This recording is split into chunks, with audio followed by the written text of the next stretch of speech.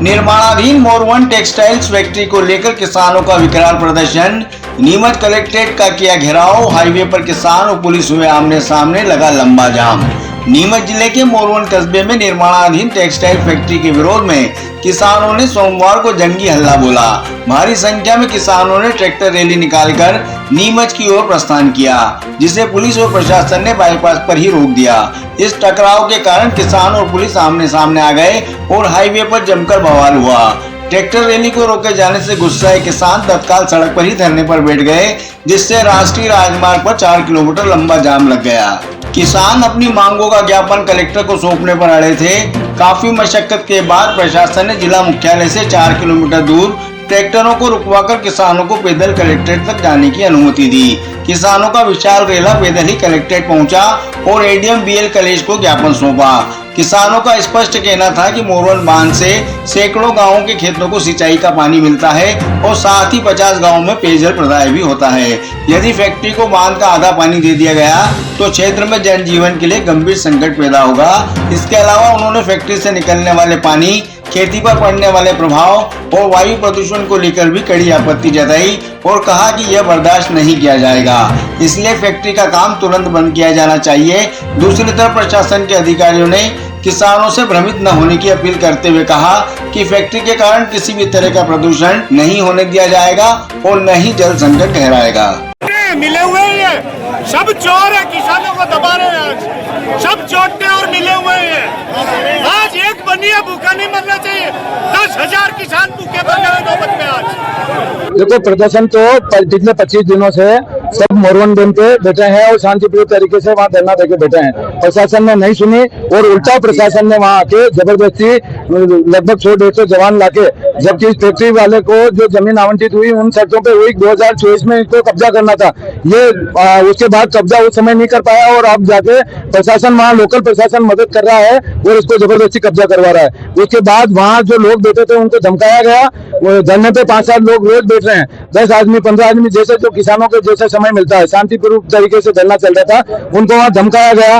उसके बाद जो है आज सभी किसानों ने तय किया, पिछली बार मोरवन भी बंद हुआ, सबको पता है, तो कुछ लोग जानबूझ के उकसा रहे हैं और किसानों को परेशान कर रहे हैं। वहां से जब आज धरना देने के लिए या ज्ञापन देने के लिए निकले हैं मोरवन से, तो गांव-गांव जो है सब गांव के बाहर पुलिस लग गई और गांव से लोगों को निकलने नहीं दिया। तो इस प्रकार की तानाशाही वहां के जनप्रतिनिधि के कहने से और रोज वो जो है वहां की जो सारी जमीनें वो एक-एक करके सारी जमीनों को उन्होंने नील लिया है। मंदिर की जमीनें खा गए, गौशाला की जमीनें खा गए, ये जमीनें भी उनके रिश्तेदारों को दे रहे हैं। तो इस बात को लेके वहां के जागरूक युवा और किसानों ने विरोध किया और विरोध करने के लिए यहाँ ज्ञापन दे रहे हैं। ये धरना, ये ज्ञापन जो है सरकार के खिलाफ नहीं है। वहाँ जो जनप्रतिनिधि है तानाशाही करके वो सारी जमीनों को, किसानों के कब्जे की जमीनें जो है जिस पर पुश्तैनी खेती करते आ रहे हैं, वो जमीनें भी छीन के खड़ी फसलें उन्होंने बर्बाद की है। और हर महीने कुछ न कुछ इस प्रकार का वो करते रहते हैं। किसान अगर कोई सामने बोले तो उनको दबाया जाता है, झूठे मुकदमों में केस बना के उनको फंसाया जाता है। किसान चाहता है मोरवन डैम उनके बाप दादाओं ने मेहनत करके श्रमदान करके डैम बनाया है, तो वहां पे जो है वो डैम का ना तो किसी को पानी लेने देंगे और ना दूषित पानी उसमें डालने देंगे।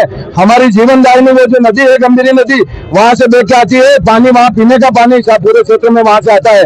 अगर हमारी बात आज माननीय कलेक्टर साहब को ज्ञापन दिया है मुख्यमंत्री जी के नाम, और अगर हमारी बात यहाँ नहीं सुनते हैं तो ये आंदोलन आगे जारी रहेगा। और सब लोग, आज तो 10-15 गाँव के लोग हैं, आगे पूरी विधानसभा के लोग और जिले के लोग यहाँ से ट्रैक्टर भर के और भोपाल के लिए कुछ करेंगे। जो टेक्सटाइल फैक्ट्री मोरवन में लग रही है वो 2017 में उसका आवंटन हुआ।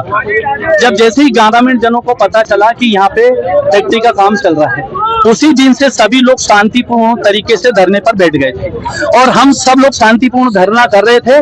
वहाँ का ठेकेदार जो है वो आके किसानों को चमकाता है, डराता है और बोलता है कि तुम्हारे पास परमिशन कहाँ है, अनुमति कहाँ है धरने पे बैठने की, किसकी जमीन है, ऐसे धमकाता है।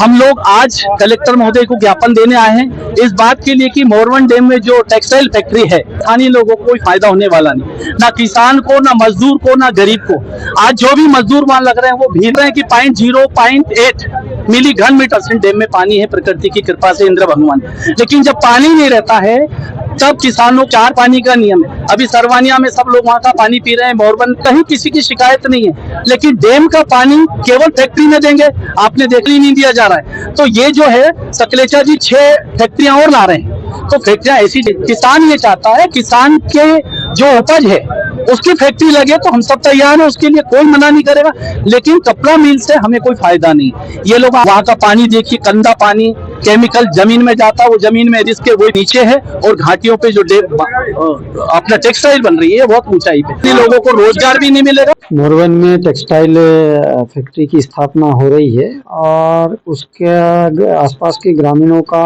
और मोरवन के कुछ किसानों का ये मांग थी कि उस टेक्सटाइल की स्थापना हो जाने से मोरवन डैम का जो पानी है वो प्रदूषित होगा और उसका बड़ी मात्रा में दोहन होगा, जिसके कारण उनको खेती और पेयजल और उसके लिए भी कमी आएगी, साथ ही प्रदूषित पानी भी होगा। इसलिए जो है टेक्सटाइल की स्थापना नहीं की जाए, इस तरह की मांग थी।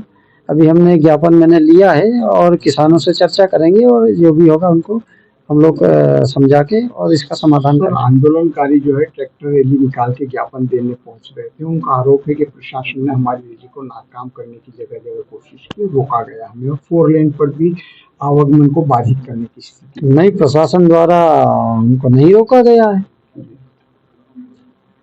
इस बारे में चक्का जाम की स्थिति न कुछ समय 4 लेन में पे रुके थे और थोड़ी देर के लिए 4 लेन अवरुद्ध हुआ था, हम लोग चले गए, चर्चा की और फिर वो आगे निकल गए, रास्ता चालू करा दिया। सर, टेक्सटाइल को लेकर क्या अपील करेंगे आप प्रशासन की ओर से? कि हमारा तो ये अपील है कि जो टेक्सटाइल की स्थापना हो रही है उससे पानी किसी भी स्थिति में कोई प्रदूषित नहीं होता है और उस टेक्सटाइल मिल से बड़ी मात्रा में पानी का दोहन भी नहीं होगा, इसलिए पानी किसानों के लिए और पेयजल के लिए जितना आरक्षित है वो सुरक्षित रहेगा, उसमें कोई परिवर्तन नहीं होगा।